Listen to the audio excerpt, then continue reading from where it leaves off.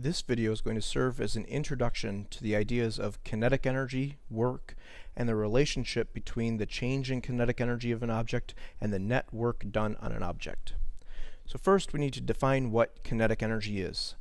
Kinetic energy is energy due to the motion of an object. And so the kinetic energy, here which we're labeling K, is the definition of kinetic energy is 1/2 the mass of the object times the speed of the object squared.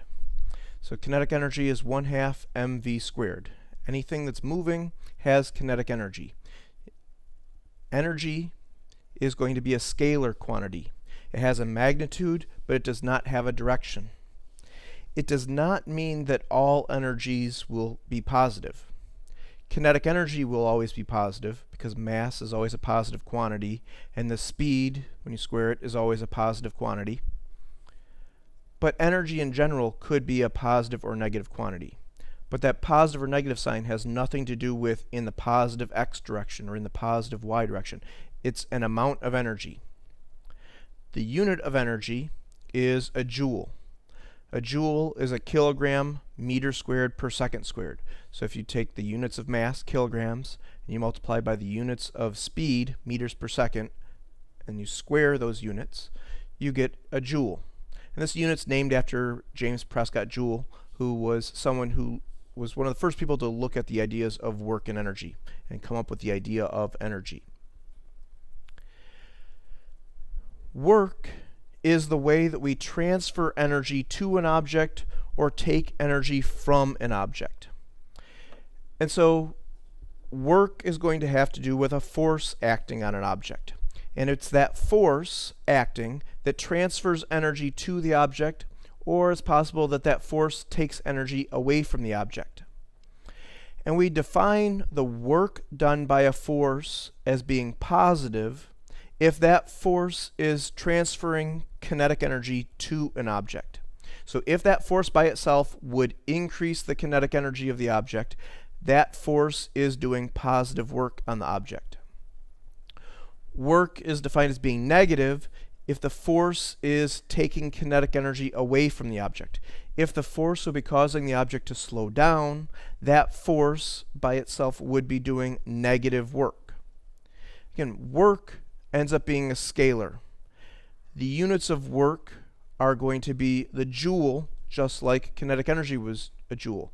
So that means that work is actually energy. The work that's being done is the amount of energy being transferred. So it's not just the way we transfer energy, it's actually how much energy is transferred to the object or from the object. So if you have positive work done on an object, it gave a certain amount of energy to the object. If you have negative work done on an object, it took some energy away from the object. Again, this positive or negative sign is not in the positive direction or the negative direction. It's how much energy is being added or taken away from something. So you can kind of think of the idea of work and energy as bookkeeping. If you have a checking account, you have a certain amount of money in the account.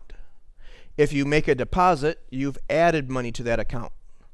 If you write a check or you're making a withdrawal, you take money away from that account. And so when you make a deposit, you add a certain amount to what you already had. That would be like positive work. It's adding energy to what you already had. If you make a withdrawal, you're taking some energy away. So you don't have negative money, but to show that you're transferring it from your account, you subtract it. And so you're doing the same type of thing here. You're taking energy away, so you're reducing the amount of energy that you have, and so you're taking some energy away. It's negative work. You're subtracting it from what you had previously. So work is due to a force. And so force is going to be part of how we calculate work. But work also depends on how far the object moves. And so the definition of work is the magnitude of the force times the magnitude of the displacement times the cosine of theta, where theta is defined as this angle between the force vector and the displacement vector.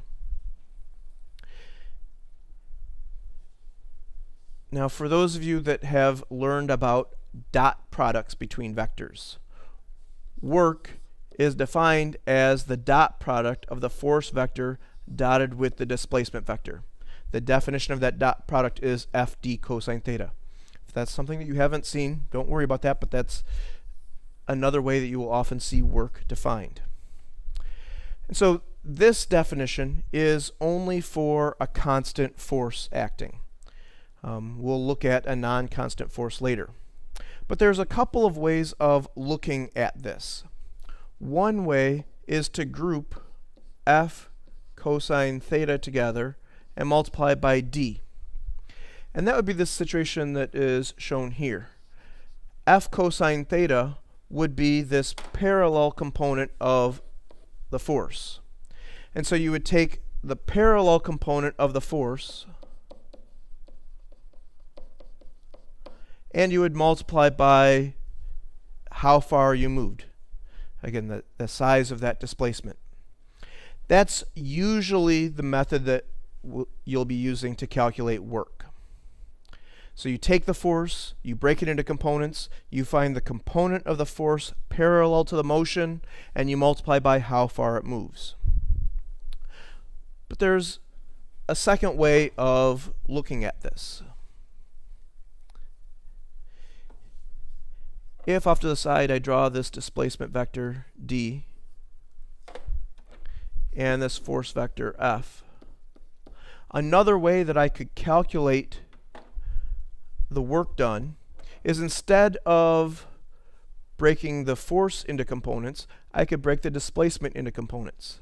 That would be taking, that would be grouping it together where I have d cosine theta. If I look at this, if I break this into a component that's parallel to the force and a component that's perpendicular to the force, again, this would be theta. D cosine theta is the parallel component of the force, or it's the parallel component of the displacement, the component of the displacement parallel to the force. So sometimes it's going to be more convenient to use this definition, to take the displacement, break it into components, and use the component of the displacement that's parallel to the force. The place that comes up the most often is when you're looking at work done by the force of gravity. Because you know the force of gravity is straight downward, and often you'll know what the vertical distance traveled is. So even if it's moving along a very complicated path, if you know how far it moves vertically, you can calculate that work done. That's something that will be looked at in a separate video. But most of the time, we'll be taking the force, breaking the force into components, and using that to calculate how much work is done. So again, a force will do positive work when that force has a component in the same direction as the displacement. So if I have a force like this, and here's my displacement, if I break my force into components, that parallel component of the force, if it's in the same direction as the displacement, the work is going to be positive. The work done will be negative when the force has a component that's opposite the displacement. So if I break this into components, this parallel component is acting opposite the displacement, and so that is when the work is going to be negative. So work is defined as positive when the parallel component of the force is in the same direction as the displacement. Work is defined as being negative when the parallel component of the force is opposite the direction of the displacement. Again, in the same direction as the displacement, that means that its acceleration is going to be in the same direction that it's moving. That's when it's speeding up. When the force is opposite the displacement, it's acting against the motion. That would be something where it's slowing down. And if the force is perpendicular to the displacement, the work done will be 0. So one of the things that you have to identify is whether the work is positive or negative or 0, and then you're going to calculate those amounts of work that are done.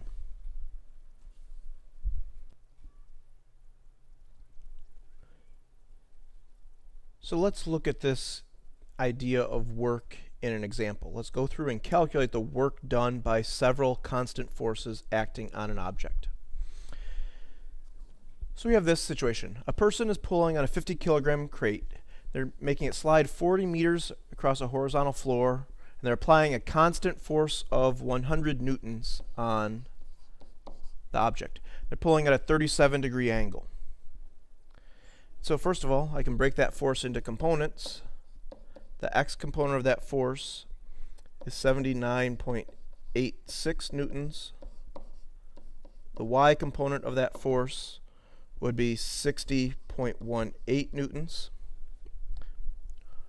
We also have the force of gravity acting. It's the mass, 50 kilograms times 9.8, which is 490 newtons.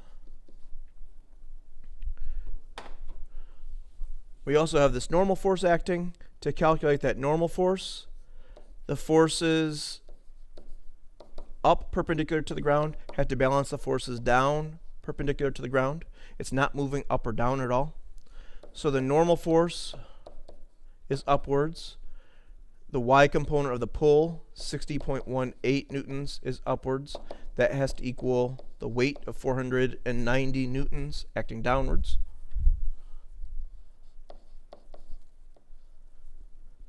So that would give a normal force of 429.82 newtons. If you're pushing down at an angle, that would increase the normal force. You'd have two downward forces, one upward force. But here we've taken all our forces and we've broken them into x and y components. The floor is smooth and there's no friction. So part A, find the work done by each force acting on the crate. And part B, calculate the net work done on the crate. That phrase, net work, that means the total work done. Just like net force meant the total force that was acting. So we have three forces. We've calculated each of the three forces. We have 100 newtons at a 37-degree angle. We have 490 newtons straight down. And we have 429.82 newtons straight up.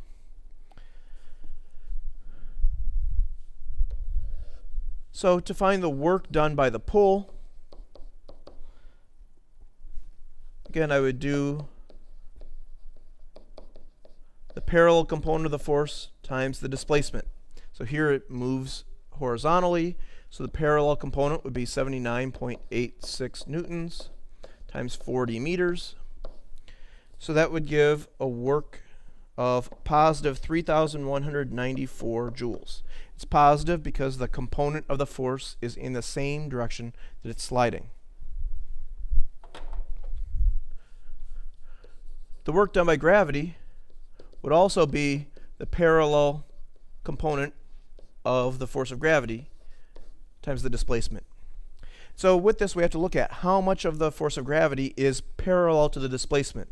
That's saying how much of the force of gravity is in the horizontal direction, and that would actually be 0. There's no, the force of gravity is perpendicular to the direction it's moving, so the work done by the force of gravity is 0. So if the force is perpendicular to the displacement, we saw that here, if the force was perpendicular to the displacement, the work done was 0.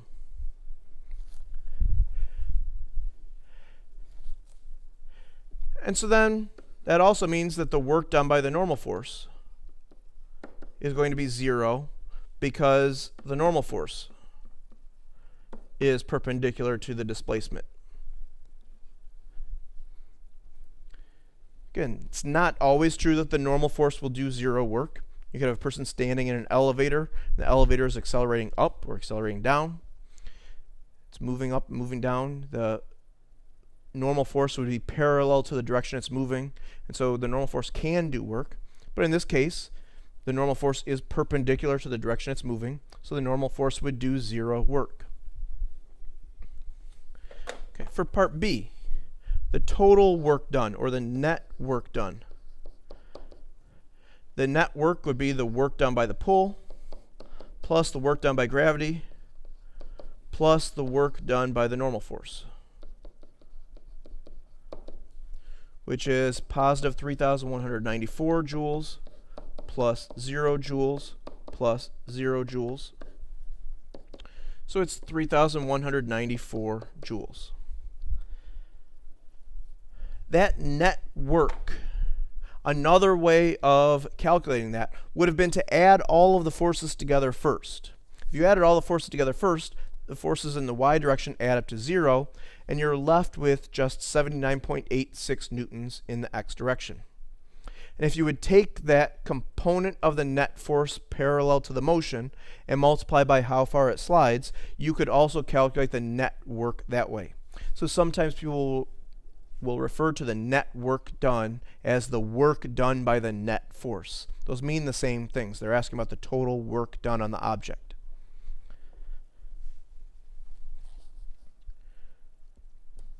Okay, so now we need to look at how this work relates to the kinetic energy of the object.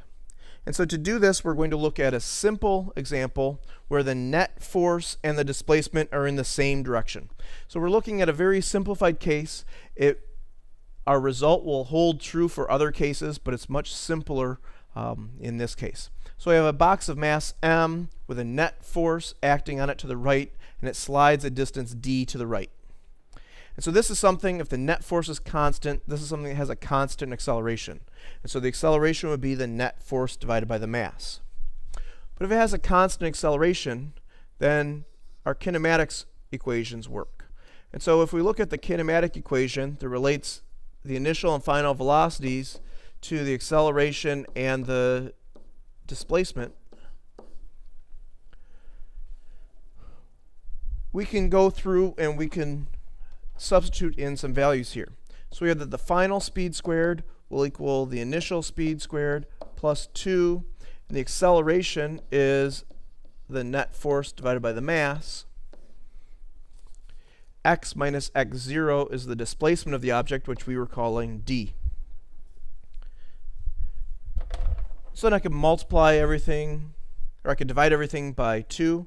So I have 1/2 v squared equals 1/2 v0 squared plus f net over m times d. And I could multiply everything by m. So I have 1/2 m v squared equals 1/2 m v0 squared plus f net times d. So the reason we did all that is because we wanted to get F net times d. That's the net work done on an object. And so if I rearrange this a little bit more, if I subtract over the 1/2 m v0 squared, I have 1/2 m v final squared minus 1/2 m v initial squared equals F net times the displacement.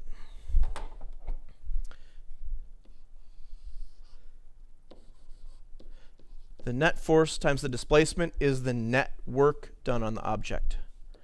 1/2 mv final squared is the final kinetic energy of the object.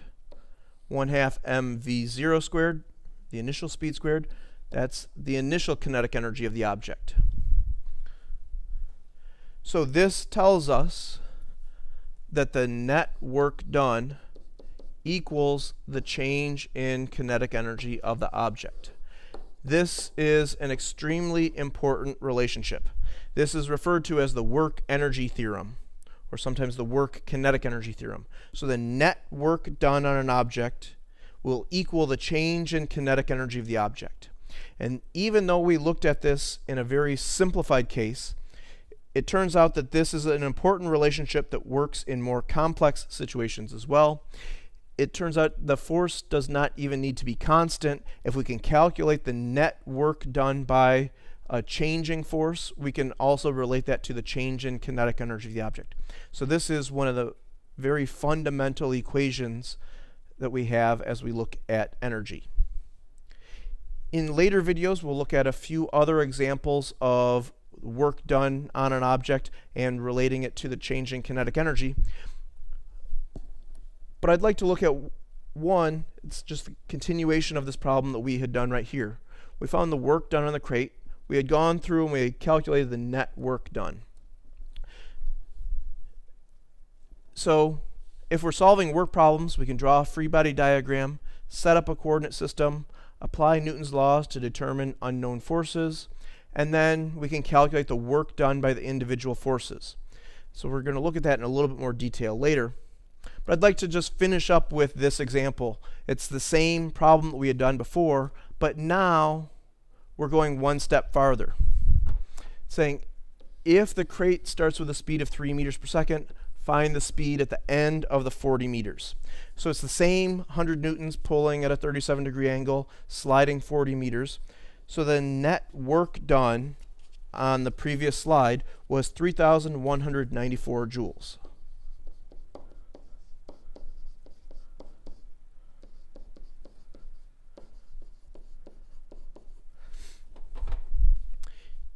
If we want to find the speed at the end of the motion, we can use the work energy theorem. The net work done will equal the final kinetic energy minus the initial kinetic energy. Again, the change in a quantity is always the final minus the initial.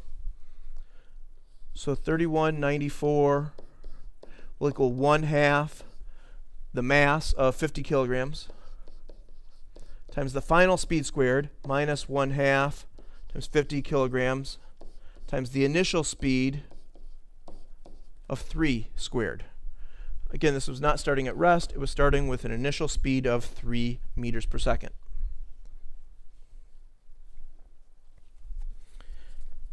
So I have 3,194 equals 25 v squared minus 225, or 25 v squared equals 3,419 joules.